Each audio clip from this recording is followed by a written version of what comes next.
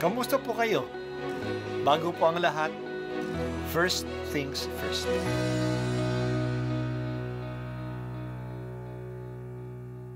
Good morning po. Sinisimulan po natin ngayon ang first things first. At dito po, tinatalakay natin sa unang bahagi ng umaga natin ay ang first readings na binabasa po sa banal na misa. Ito pong tinatalakay natin kasi madalas po marami na tayong alam tungkol sa gospel readings. Pero konti po ang nagsasalita sa first readings.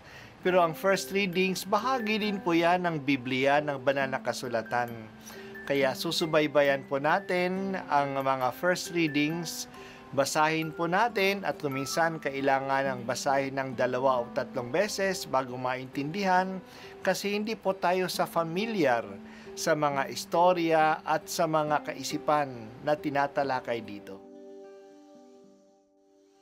Ang pagbasa mula sa aklat ni Propeta Jeremias, ito ang sinasabi ng Panginoon. Parurusahan ko ang sinumang tumatalikod sa akin at nagtitiwala sa kaniyang kapwa, sa lakas ng mga taong may hangganan ang buhay.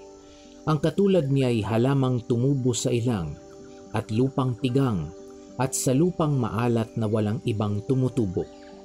Walang mabuting mangyayari sa kanya, ngunit maligaya ang taong nananalig sa poon.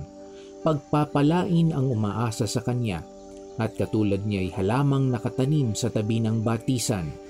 Ang mga ugat ay patungo sa tubig. Hindi ito manganganib kahit dumating ang tag-init, sapagkat mamamalaging luntian ang mga dahon nito.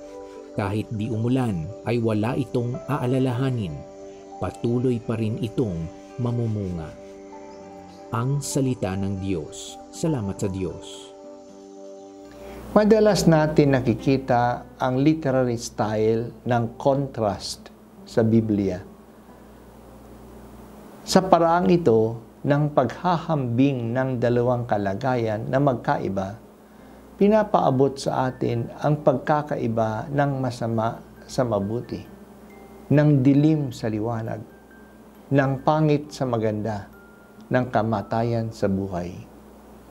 Ang contrast sa pagbasa natin ngayon ay ang pagkakaiba ng mga taong tumatalikod sa Diyos at naniniwala sa kapwa-tao lamang at ang tao naman na nananalig sa Diyos at naglilingkod sa Kanya. Ang taong naniniwala sa sarili lang niya at hindi sumusunod sa Diyos ay tulad ng isang puno ng halamanan na nakatikim, na nakatanim sa disyerto.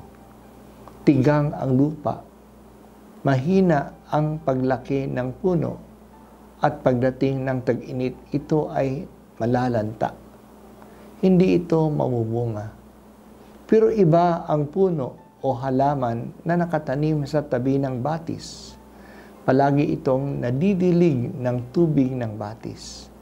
Kahit na sa panahon ng tag-init, hindi ito natutuyuan ng dahon.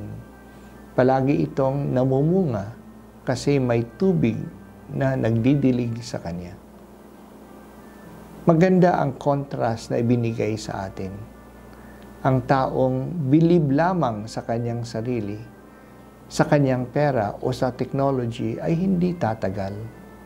Darating ang panahon na matitigang siya. Kahit na nandiyan ang kayamanan niya at kapangyarihan, nawawala ng saysay ang buhay niya. Kaya may mga taong mayaman na nagdudruga, na palaging lasing, na hindi masaya sa kanyang pamilya. Hindi naman siya mananatiling maligaya at lalo na darating din ang kamatayan niya sa kanya. Saan siya pupunta? Saan pupunta ang mga pinagsikapan niya? Pero iba ang tao na umaasa sa Diyos.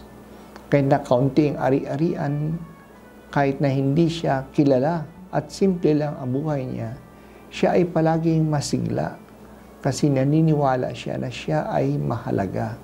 Minamahal siya ng Diyos. Hindi siya pababayaan. Pinapatahimik siya ng kanyang konsyensya at nakakaasa siya na kahit na siya ay mamatay, may patutunguhan siya at may tatanggap sa kanya sa kabilang buhay. Nababalitaan natin ito ng palagi. May mga mayayaman at makapangyarihan na hindi mapakali, na palaging natatakot, kaya mayroon silang mga bodyguards. Hindi naman sila masaya. Hindi sila nakokontento. Pero maraming mga simpleng tao na masaya, na mapayapa, na maayos ang pakikitungo at nagtutulungan sa kanilang kapwa. Tunay silang pinagpala ng Diyos. Hindi sila natatakot na mamatay kasi malinis ang kanilang budhi at alam nila kung saan sila pupunta. O Panginoong Diyos, talagang mapalad ang taong umaasa sa iyo tuwina. Hindi mo sila pababayaan. Iingatan mo sila at sila ay tahimik at mahimbing sa kaniyong piling. Sa iyo lamang ako umaasa, Panginoong kong Diyos.